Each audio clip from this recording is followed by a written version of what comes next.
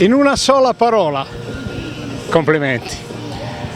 Guarda, li prendo volentieri e come ho detto poco fa, li giro con tutto il cuore allo staff che ha contribuito alla realizzazione di questa quarta Waterpolo Sardinia Cup. Perché? Perché ad ogni edizione abbiamo aumentato il livello e abbiamo aumentato il livello non solo dell'organizzazione ma anche delle squadre, e oggi arrivano i complimenti della European Aquatics perché dicono che sia la vasca che sia il livello del torneo è un piccolo europeo, quindi per noi questo è il risultato più grande e vorremmo candidarci e vedere un po' se riusciamo a organizzare e a ripetere qua ad Alghero la quinta edizione.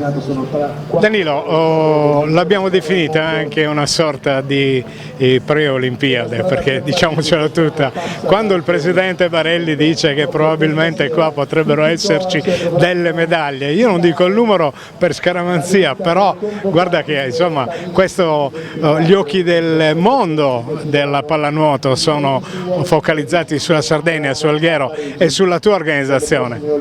Guarda, in acqua abbiamo gli attuali campioni del mondo, la Croazia, vice campioni del mondo l'Italia, campione europeo la Spagna, bronzo europeo l'Italia e vice campioni olimpici la Grecia, quindi che ci sia il meglio della pallanuoto mondiale è assicurato. Il bello di questo è che noi vogliamo che questa manifestazione sia da traino e proprio per questo oggi c'erano 50 atleti sardi che si allenavano seguiti dai tecnici della nazionale perché vogliamo risollevare la pallanuoto sarda, quindi è un preolimpico da sfruttare anche per il movimento regionale, ma non è sbagliato dire un preolimpico perché da qui poi si parte direttamente a Parigi.